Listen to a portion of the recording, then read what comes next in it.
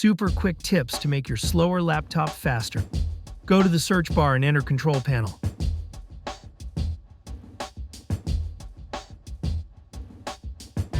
Then tap on Network and Internet. Network Sharing Center. And in here, over to left corner, click on Change Adapter Setting. Now go to the Wi-Fi, right. Click on the mouse, then go to Properties. Now you scroll down here and need to locate Internet Protocol version 4.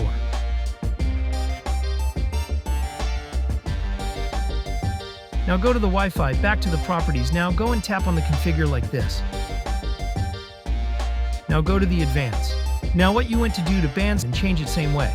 Then tap OK.